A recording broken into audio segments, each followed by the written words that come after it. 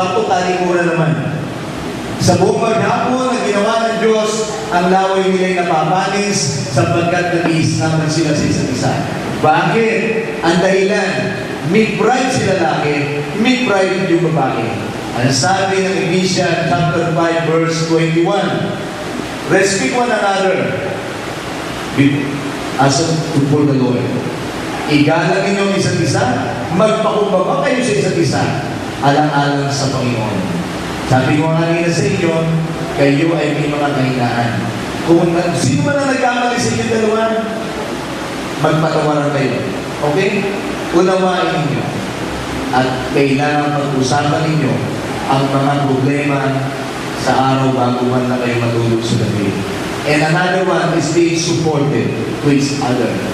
Maging supportive kayo dalawa. Sabi ng Biblia sa Genesis chapter 2, nung may mga kailangan. Ang babae at lalaki kaya nag-aasawa para magkaroon ng tinatawag na kasama sa buhay. Ba't kayo dalawa mag-aasawa? Para gawin katulong ang isa? Hindi. Di ba? Kaya kayo mag-aasawa para may kasama sa buhay. Hindi ka away sa buhay. Kasama. Magtutulungan kayo. Di ba? Yung kaibigan niya, kaibigan mo na rin. Yung kaaway niya, kaaway mo na rin. Diba? Sabi ng Biblia, that two flesh shall become one flesh. And God's principle of marriage, 1 + 1 equals 1. Kayong dalawa mula ngayon ay magiging isa na. Iisa inyong layunin, iisa inyong pangarap, iisa inyong mga pinaglalaban, iisa inyong mga mission sa buhay, at isa rin ang mission ninyo sa buhay. Hindi kayo pwedeng magkaiwalay na dalawa. Kaya nga kayong dalawa ay nilikha ng Diyos, pinagsama ng Diyos para maging katuwang sa isa't isa. So magtulungan kayo, dalawa, bilang mag-asawa. Lalaki ko sa Panginoon, Norbert at Jocelyn, kayo'y magsama ng Diyos habang buhay. Amen. And for you to be able to live a strong and a happy marriage life, apply those suggested lessons from the Bible. Number 1, love is very important. Pangalawa, tandaan natin ang pag-aasawa, mahalaga yung fidelity. Tatapakan ninyo sa isa't isa. Wala sino man sa inyo ang maglilihim sa isa't isa. Sa isa't isa. Ano man ang plano mo, ipaalam mo sa kanya. At ano man ang plano mo, ipaalam mo rin sa kanya. Okay? Katapatan and permanence. Ang pag-aasawa ay habang buhay. Hanggang kayo maging dulo na, kayo pa rin. Okay? Hanggang kayo edad ng 70, 80, kung kayo bibigyan ng Diyos ng ganang habang buhay, kayo pa rin. And humility. Magpakumbaba kayo sa isa't isa. Huwag iwasan yung magmayabang ang malaki. Dahil maraming mag-asawa kaya na anak na kasal at nag-divorce dahil sa pride. Aalisin niya, Kristiyano kayo, di ba? Ang mga anak ng Diyos ay mapagpakumbaba. And another is being supported.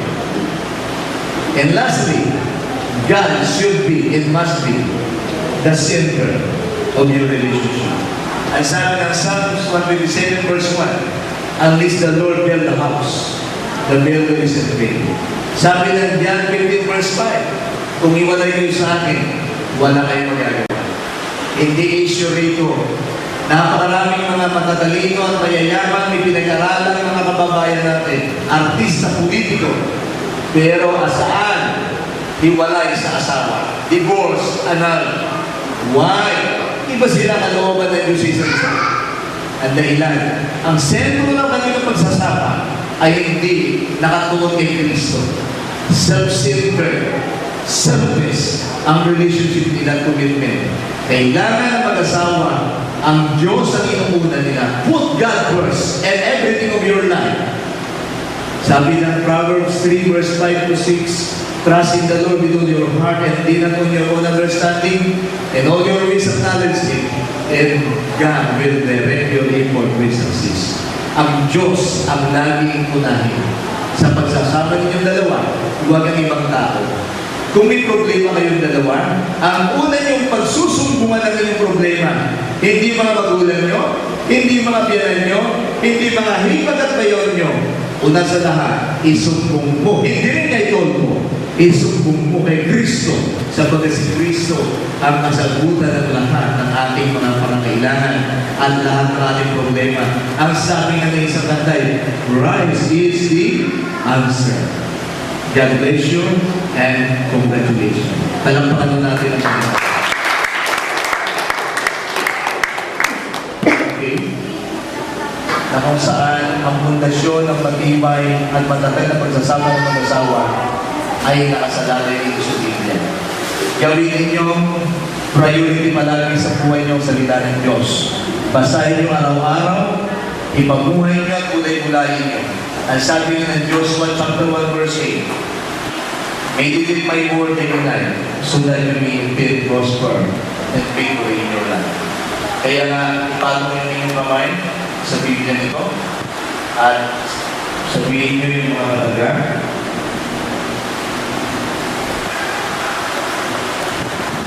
Kami po ay nangangako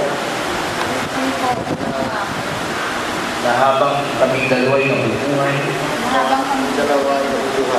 gagawin namin pangunahing sangkap ng aming pagsasama. Gagawin namin pangunahing sangkap ng aming pagsasama. Ang salita ng Diyos.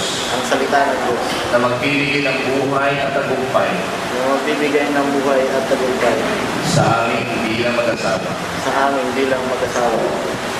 Nangangako kami gagawin namin ang mga bagay nito. Na kami nagagawin namin ang mga bagay na ito.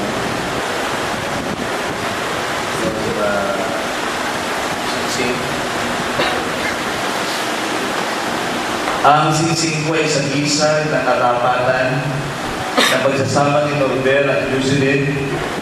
Ito ay gawa sa ito. Nagpapaiwaling ng isang malinis na aralin kung bakit silang dalawa ay nagpapakasal. Hindi dahil sila ay napilitan lamang, kundi ito'y mukha sa kanilang loob, kaya sila nagpasyang magpakasal. Ito po ay bilog, simbolo ng walang pagmamahal ng Diyos sa kanila at sa isa't isa. Tinatanggap mo ba, Jocelyn, ang singsing na ito bilang tanda ng katapatan ng pagmamahal sa iyo ni Norbert? Opo, tinatanggap ko.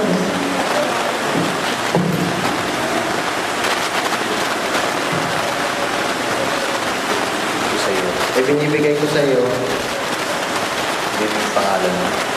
Jocelyn Beato Bilang tanda sa gisag bilang tanda sa isa ng aking pagmamahal sa iyo. ng aking pagmamahal sa iyo. Na ako'y magpapakasal sa iyo ngayon. Na ako'y magpapakasal sa iyo ngayon. Pangalan ng Ama, Pangalan ng Ama, ng Anak, ng Anak, at ng Espiritu Santo. at ng Espiritu Santo. Amen. Amen. Tinatanggap mo ba, Norbert, ang singsing dito bilang tanda ng pagmamahal sa iyo ni Jocelyn? Opo.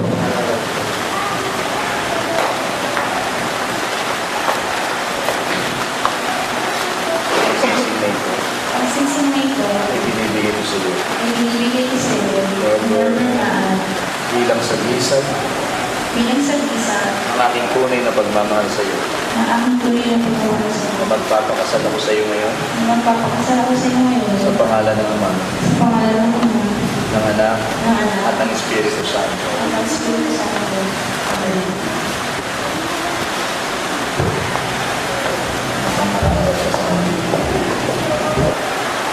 Sa pangalan ng Panginoong Diyos, Sa pangalan ng Panginoong Jesus, tinatanggap kita. tinatanggap kita, Sabihin mo yung pangalan niya. Jocelyn Beato, Upang aking maging asawa. upang aking maging asawa, Upang makasama at mahawakan ka upang makasama at mahawakan ka mula sa araw na ito mula sa araw na ito at magpakailanman. at magpakailanman. Sa gitna ng sakit at kalusugan, Sa gitna ng sakit at kalusugan, sa gitna ng hirap at ginhawa, sa gitna ng hirap at ginhawa, upang mahalin at ingatan ka upang mahalin at ingatan ka hanggang sa tayong dalawa hanggang sa tayong dalawa ay paghiwalay ng kamatayan, ay paghiwalayin ng kamatayan, alinsunod sa utos ng ating Diyos. alinsunod sa utos ng ating Diyos. Ito ang aking